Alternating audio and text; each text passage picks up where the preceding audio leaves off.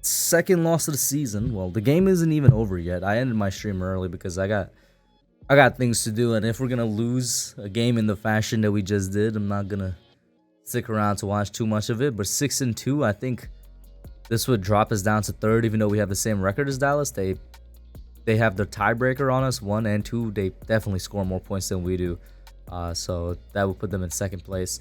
Washington, the Commanders apparently won this week too, so that makes us the only team that lost this week. Now we're still 6-2. It's not necessarily the end of the world. We're still a good team record-wise, but this loss against Seattle was everything that every team we faced this season has tried to do to us, and that is expose all of our weaknesses. Let's get the elephant in the room out the way.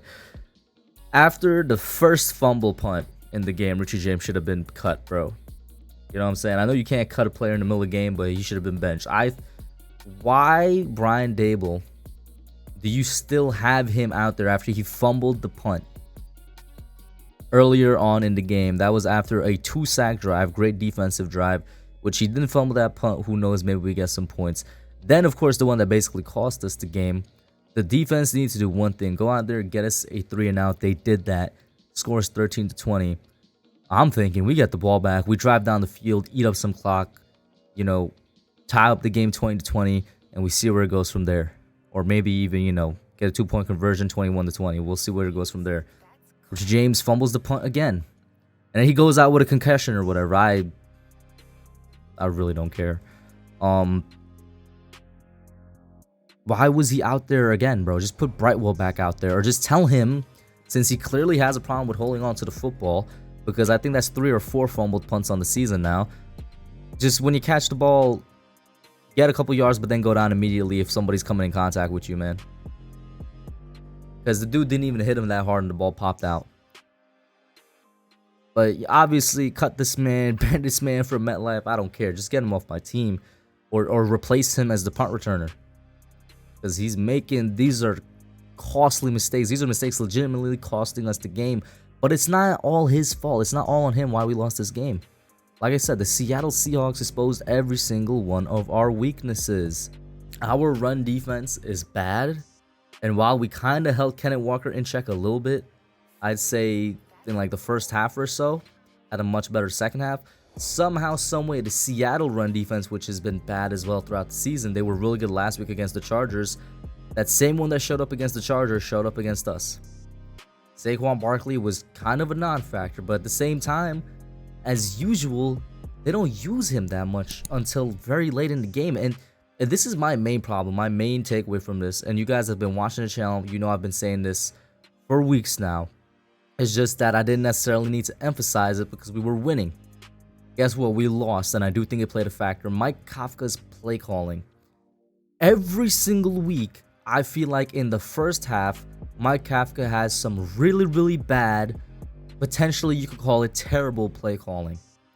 He almost never runs the ball in the first half. It's pass, pass, pass, and we're not a team that's equipped to even be passing like that. We don't have a number 1 threat. We don't even have a number 2 threat.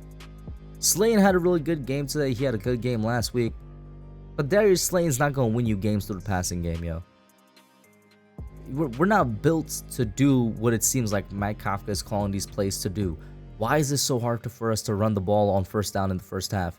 And like I said, I never had to call it out before, or never had to emphasize it before because we were winning. But in the second half, you almost always corrected it. Second half adjustments. Yay, that's what the Giants team is known for. They're known for being one of the best teams with second half coaching adjustments. They're known for being the team that scores out other teams in the second half. Guess what? Didn't work this time. We tried those second half adjustments, Mike Kafka, and it didn't work. We need to learn how to score the ball earlier, quicker, and we can't keep coming from behind to win games. It was a nice little story while it lasted.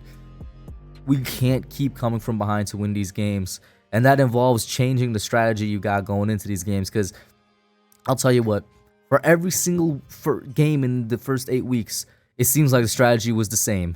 Pass the ball a lot in the first half, don't necessarily run it. It seems like they're trying to save Saquon for the second half, and then run the ball a ton in the second half, get down into the end zone, hope for good defensive plays and score, and it worked for a little bit.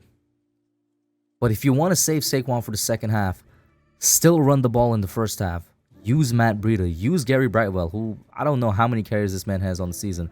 And then there's the last 2 minutes at the end of the first half, with the worst quote-unquote 2-minute drill I've seen in my life. And it's not the first time this season that we've seen it. Every single time the Giants have the ball with 2 minutes to go, and we had an opportunity to go down because it was 1 minute and 30 seconds left with 2 timeouts. We played the most conservative thing I've ever seen. We let the clock run out, and we didn't even try to go down and score. We didn't even try to go down to get a field goal. Why? Why not be aggressive? And now this is maybe talking to Brian Dable, you know, who has this label of aggressive on him because of the 2-point conversion from week 1. Why not try and be aggressive and go down there and score?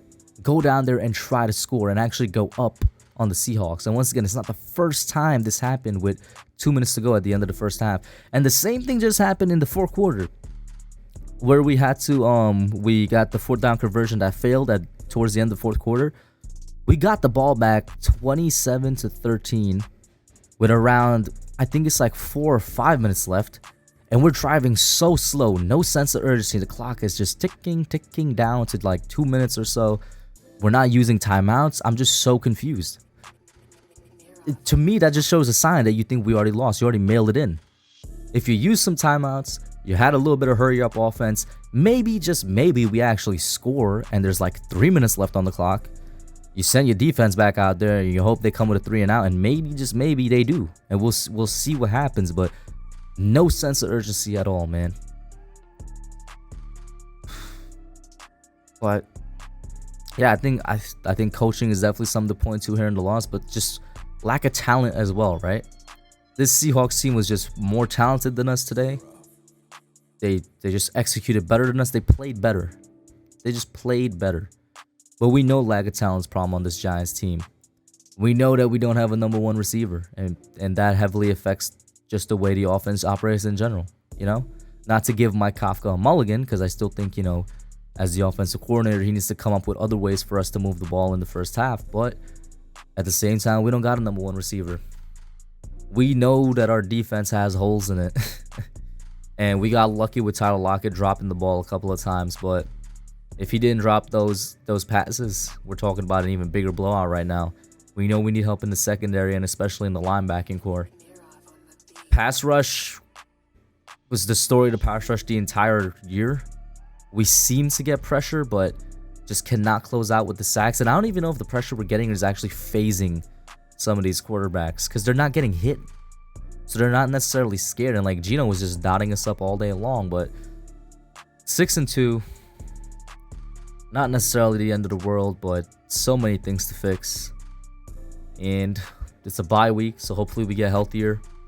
We'll see if the Giants make any moves before Tuesday, the trade deadline. I don't think they will.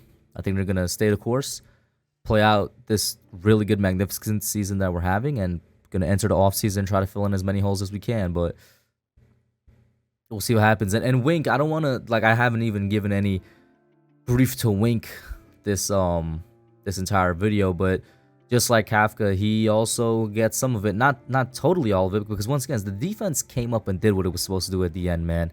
We're getting that 3 and out, and then Richie James drops the punt. But the defense these past couple weeks has been getting cut up in the run game. And some of that, just like offensive problems, personnel, but adjust. Please do something so that we're not getting destroyed in the run game. That's all I really got. My mind is all over the place, but 6-2, 3rd place in the NFC East. Still most definitely can get a playoff spot. We'll see what happens. That's it for now. I'm out. Hey guys, thanks for watching. Thank you for checking out my channel, The Hub, here on Giants YouTube. Make sure you hit that subscribe button and the notification bell so you hear every time I put out a video. Like it, share, and subscribe, and I'm out.